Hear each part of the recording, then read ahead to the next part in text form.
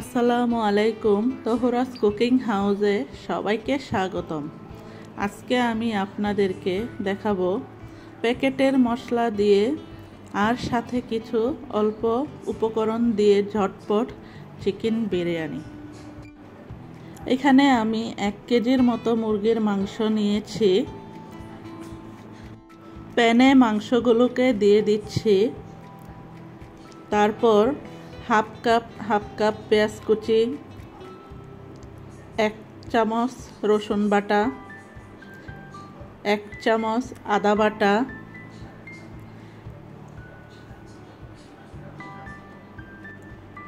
এখানে আমি নিয়েছি মরিচের গুঁড়া, ধনিয়ার গুঁড়া, ভাজা জিরার গুঁড়া, সবগুলো মশলা আমি হাফ চামচ করে নিয়েছি আর স্বাদমতো লবণ। এবার দিয়ে দিব রাঁধুনি রেডি মিক্স বিরিয়ানির মশলা পুরোটাই। দিয়ে দিব হাফ কাপ পেঁয়াজ বেরেস্তা, 1 চামচের মতো টমেটো সস, 1 চামচ চিনি আর দিয়ে দিব হাফ কাপ সয়াবিন তেল। এবার মাংসটা ম্যারিনেট করে চুলায় রান্নার জন্য বসিয়ে দিলাম।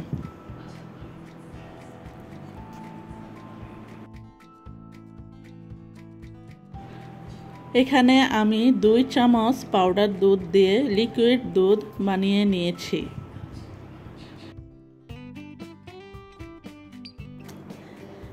মাংসটা অল্প কিছুক্ষণ রান্না হয়ে গেলে দিয়ে দিব হাফ চামচ ভিনেগার।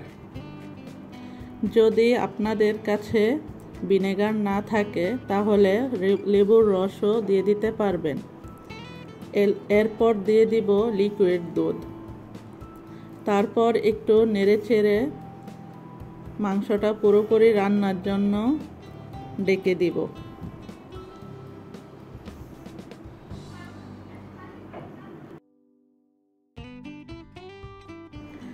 এখানে আমি হাফ কেজি চিনি গুঁড়া পোলার চাল ধুয়ে পানি ঝরিয়ে নিয়েছি। মাংসটা পুরোপুরি রান্না হয়ে গিয়েছে। এবার আমি চালটা দিয়ে দিব। মাংসের সাথে চালটা ভালো করে মিশিয়ে নিব।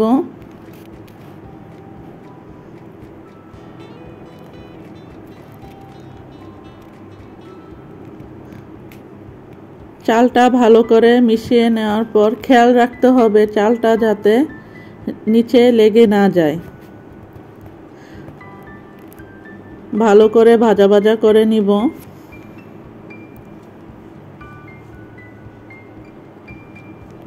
তারপর ভাজা হয়ে গেলে দিয়ে দিব ফুটন্ত গরম পানি।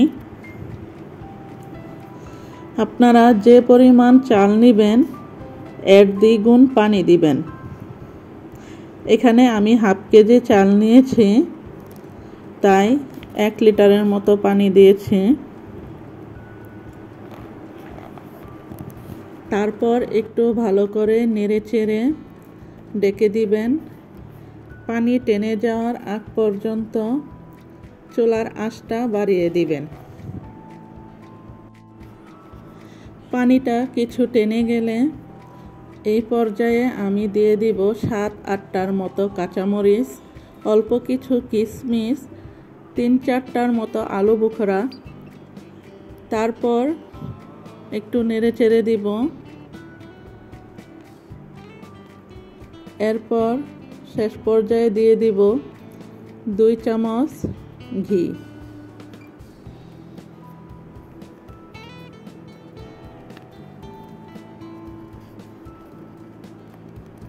ঘি দেওয়ার পর 10 মিনিটের জন্য বিরিয়ানিটা দমে বসিয়ে রাখবো।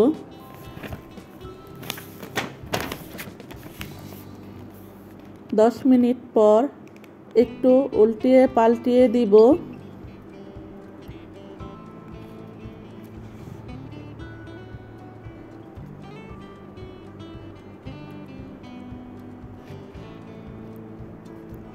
তারপর আবার ডেকে অল্প কিছুক্ষণ দমে রাখব। ব্যাস হয়ে গেল আমার চিকেন বিরিয়ানি। আমার এই চিকেন বিরিয়ানির রেসিপিটি যদি আপনাদের কাছে ভালো লাগে তাহলে আমার চ্যানেলটি সাবস্ক্রাইব করে পাশে থাকবেন। আল্লাহ হাফেজ।